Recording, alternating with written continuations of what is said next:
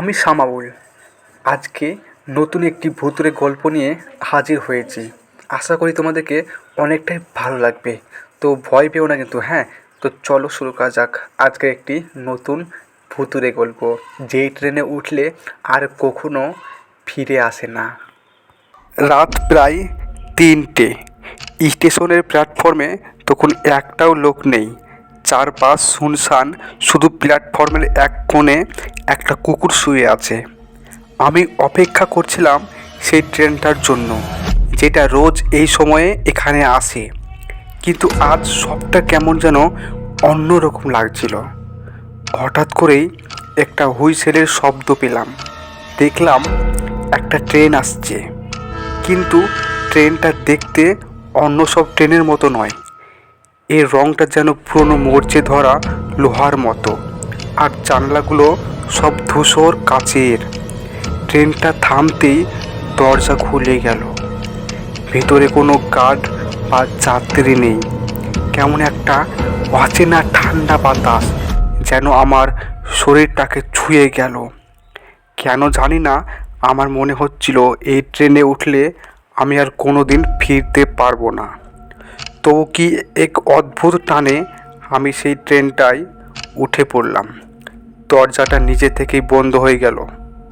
ট্রেনটা চলতে শুরু করলো, কিন্তু এর কোনো ইঞ্জিনের শব্দ নেই, শুধু একটা মৃদু ঘষার মতো শব্দ হচ্ছিল।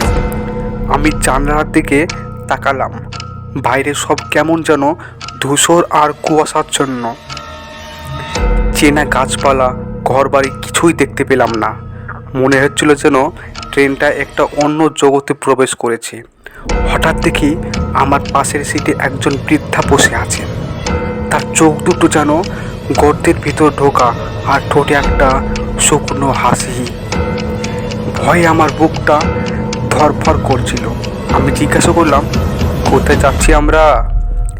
বৃদ্ধা বললেন, যেইখানে সব শেষ হয়ে যায়। তার কথা শুনে আমার গলা শুকিয়ে গেল। ভয়ে আমি চোখ বন্ধ করে ফেললাম। যখন আবার চোখ খুললাম, তখন দেখি সেই বৃদ্ধা নেই। তার জায়গায় একজন ছোট ছেলে বসে আছে। তার চোখ দুটো কালো, আর ঠোঁটে একটা শুকনো হাসি।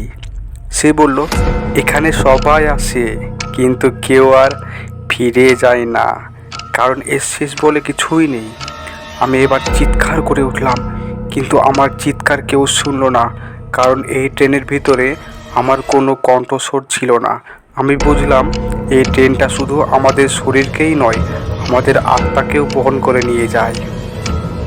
এই ট্রেন যেই পথে চলে তার শেষ নেই, আর এই পথে একবার যাত্রা করলে তার শেষও বলে কিছুই নেই।